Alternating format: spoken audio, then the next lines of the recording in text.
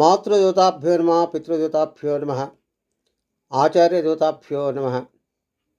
కృష్ణం వందే జగద్గురం. ఆ శ్రీకృష్ణ పరమాత్మ అందరినీ కూడా ఆయు ఆరోగ్యైశ్వర్యాలు ఇచ్చి కాపాడాలని కోరుతున్నా.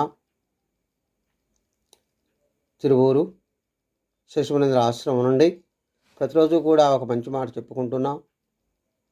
అదేవిధంగా ఈ రోజున భగవద్గీతలోని 13వ అధ్యాయమైనటువంటి 13వ శ్లోకం గురించి చెప్పుకుందాం, విశ్లేషణ ఇచ్చుకుందాం. ఏంటంటే ఆ శ్లోకము సర్వతః పాణిపాదం తత్ సర్వతో అక్షిశిరోముఖం సర్వతః శృతిముల్లోకే సర్పమావ్యత సృష్టతి అని చెప్పబడుతుంది. అంటే ఇక్కడ చైతన్య శక్తి యొక్క వివరణ ఇస్తున్నాయి. ఆ పరబ్రహ్మం యొక్క చైతన్యము అంటే చైతన్యమన్నా పరబ్రహ్మమన్నా జ్ఞేయమన్నా అన్నీ కూడా ఒకే పదానికి అనుకరిస్తూ ఉంటాయి. మరి ఆ శ్రీకృష్ణ పరమాత్మ ఏం చెప్తున్నాడంటే, ఓ అర్జున, సృష్టిలో ఉన్నటువంటి ప్రతి పదార్థాన్ని నేనే వ్యాపించి ఉన్నాను.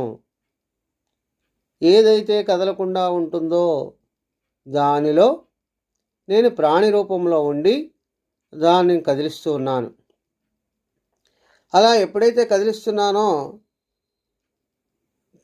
సర్వజీవులు నాయే, నా వల్లనే కదులుతున్నాయి.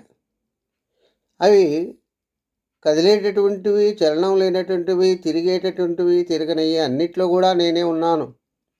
ఎందుకంటే ఒక చిన్న మొక్క మహావృక్షం అవుతుంది. ఏ విధంగా చైతన్యం కలుగుతుంది? నా వల్లనే. అలాగే ఏమీ లేని చిన్న ప్రాణి, ఒక శిశువు ఎంతో 6 అడుగులు 8 అడుగులు ఎదుగుతున్నాడు. ఏ విధంగా చైతన్య శక్తి వస్తుంది? దానికి నేనే కారణం. కాబట్టి అన్నిట్లో ఉన్నటువంటి నన్ను ఎవరైతే గుర్తించి సాధకుడు తెలుసుకొని ఇదంతా నేను వేరు, శరీరం వేరు అని తెలుసుకొని తను ఎప్పుడైతే ఆ పరబ్రహ్మతత్వాన్ని తెలుసుకుంటాడో అతనికి మోక్షము అందుబాటులో ఉంటుంది. మోక్షం అంటే ప్రాణం పోయిన తర్వాత ఉండే మోక్షం కాదు. దేని మీద ఆశ పాశాలు లేకుండా, బంధం లేకుండా స్వేచ్ఛగా ఆనందంగా ఉండేటటువంటి స్థితిని మోక్షము అని పెద్దలు చెబుతున్నారు. స్వస్తి. సర్వే జనా సుఖినో భవంతు.